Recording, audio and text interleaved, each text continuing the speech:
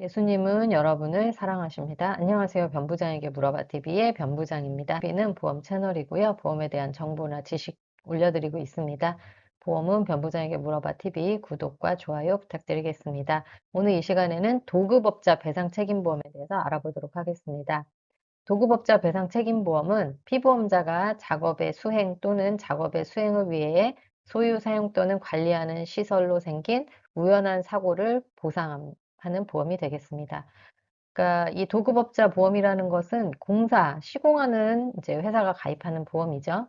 공사 중에 사람을 다치게 하거나 남의 재산을 망가뜨렸을 때 대인배상, 대물배상, 방어비용, 소송 시 절차 비용이라든지 변호사 비용까지도 보상하는 그런 보험이 되겠습니다. 보장 대상이 되겠는데요. 공사 현장 외부에 제3자의 대인 대물을 보상을 하는데 이 부분 많이 헷갈려 하시죠. 제3자. 그러니까 진짜 공사와는 전혀 상관이 없는 외부인, 완전 타인, 보행자라든지 인근 주민이라든지 주변 상가 건물, 차량 등 제3자의 대인 대물을 보장하는 것이 되겠습니다.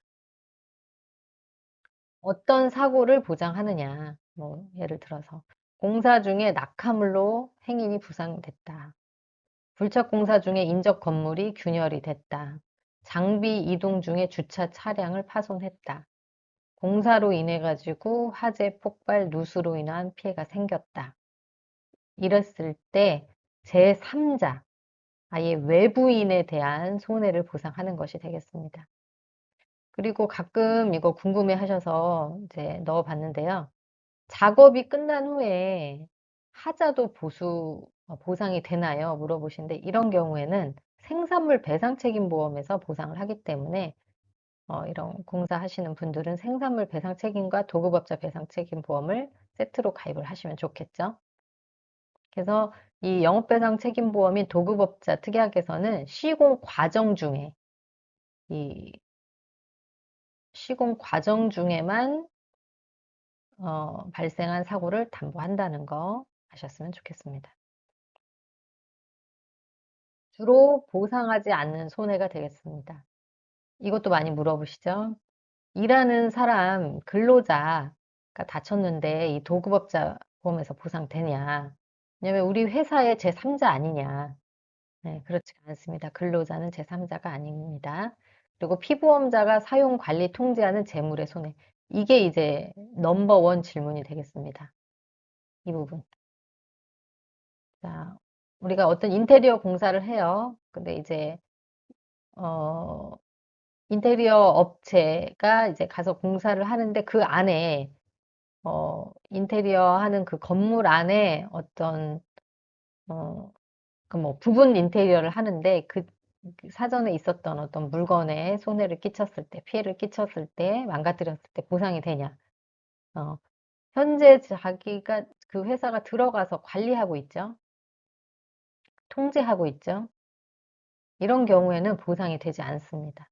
정말 제3자가 돼야 되는 것입니다. 네, 이 부분 많이 헷갈려 하시는데요. 이 부분 중요하니까요. 꼭 기억해 두시면 좋겠습니다. 네, 그 다음에 작업 물건 자체의 손해. 네, 이런 거 같은 경우는 이제, 어, 안 되고요. 건설공사 보험 같은 경우에 이제 이런 것도 보상이 되겠죠. 계약자 피보험자의 고의로 인한 사고. 이건 모든 보험의 첫 번째 보상되지 아니하는 이제 손해가 되겠습니다. 이제 주요 가입 대상이 되겠습니다. 공사하는 회사가 가입을 하는데 공사를 직접 수행하는 이 도급업자가 되겠는데요. 어떤 도급업자 분들이 계실까요? 대표적으로 건설, 공사 관련 업종, 인테리어다, 리모델링 이런 시공업체들이 되겠습니다. 그다음에 설비, 설치 공사하는 업종, 전기, 소방, 통신 그런 공사업체들도 가입 대상이 되실 거고요. 건물 관리업, 시설 관리업 등 유지보수 업종, 청소라든지 미화, 경비 등 이런 업체가 주로 가입하는 보험이 되겠습니다. 그다음에 외벽, 방수, 철거, 도장, 공사 업체가 있을 수 있고요. 지자체, 공공기관의 공공시설 유지보수 업체, 네, 이런 공공기관이나 지자체랑 계약을 맺으셔서 이제 관리를 하시는 그런 업체들이 이 도급업체 배당책임보험에 가입을 하십니다. 가입 시 필요사항은 사업자 등록증, 질문서, 매출액 확인서. 네, 매출액 확인서로 인해서 보험료가 많이 달라지죠. 네, 이상으로 도급업자 배당책임보험에 대해서 알아봤는데요. 변부장에게 물어봐 TV 구독과 좋아요 부탁드리면서 그럼 저희는 다음 시간에 또 봬요.